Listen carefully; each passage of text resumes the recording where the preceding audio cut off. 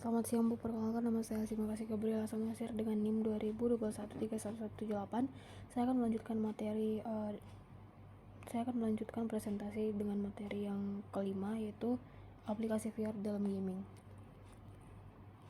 Jadi yang pertama itu aplikasi VR dalam gaming adalah pengalaman gaming yang imersif. Jadi saat kita menggunakan VR itu membawa pengalaman bermain game ke level yang lebih tinggi dengan memberikan sensasi seolah-olah berada di dalam dunia game. Pengguna dapat melihat, mendengar, dan berinteraksi dengan lingkungan virtual seolah-olah mereka benar-benar ada di sana. Ini menciptakan pengalaman yang jauh lebih mendalam dan memuaskan dibandingkan dengan hanya bermain game di layar 2D tradisional. Nah, ada beberapa contoh game VR populer. Yang pertama adalah Beat Saber. Jadi Beat Saber ini adalah permainan ritme di mana pemain harus memotong blok yang datang dengan menggunakan lightsaber sesuai irama musik. Beat Saber dikenal karena gameplay yang adiktif dan musik yang menarik, sehingga membuatnya menjadi salah satu game VR paling populer di dunia. Yang kedua itu ada Half-Life Alyx. Jadi ini merupakan game petualangan yang mengambil latar dalam dunia Half-Life yang terkenal. Half-Life Alyx menawarkan pengalaman gameplay yang mendalam dengan grafis yang menakjubkan dan cerita yang menarik, menjadikannya salah satu game VR yang paling dinantikan dan diterima dengan baik. Selanjutnya ada The Elder Scrolls V Skyrim VR. Ini merupakan versi VR dari game RPG populer yang memungkinkan pemain menjelajahi dunia terbuka yang luas dengan lebih imersif.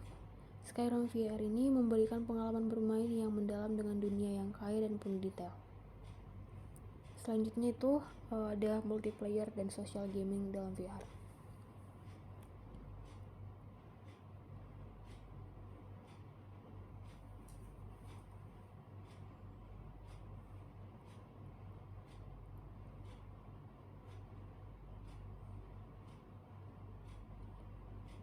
VR juga memungkinkan pengalaman bermain game multiplayer yang lebih interaktif dan sosial. Pemain dapat berinteraksi dengan teman-teman mereka dalam dunia virtual, bermain bersama dan berbicara satu sama lain seolah-olah mereka berada di ruangan yang sama. VR menciptakan peluang untuk interaksi sosial yang lebih mendalam dengan avatar yang dapat mencerminkan gerakan dan ekspresi pemain secara real time.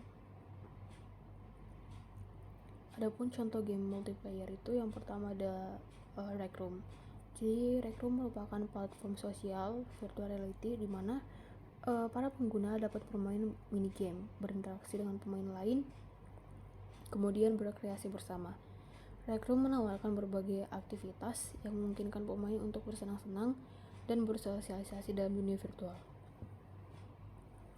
Yang kedua ada VR Chat. Jadi ini merupakan platform yang memungkinkan pengguna untuk berinteraksi dengan orang lain di dunia virtual yang sepenuhnya kustomisasi.